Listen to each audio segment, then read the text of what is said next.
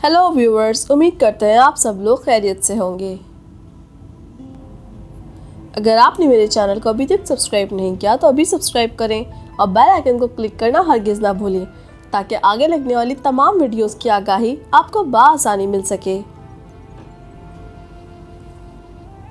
सबसे मुश्किल है अज़ियत ये गवारा करना, सबसे मुश्किल है अज़ियत ये गवारा करना, दिल से उतरे हुए लोगों में गुजारा करना।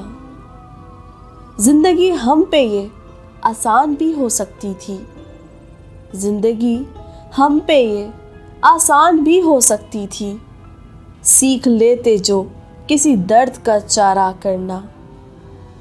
कहाँ जाते हो अभी साथ गुजारो कुछ दिन, कहाँ जाते हो अभी साथ गुजारो कुछ दिन, हम पे मुश्किल कोई आए तो किनारा करना।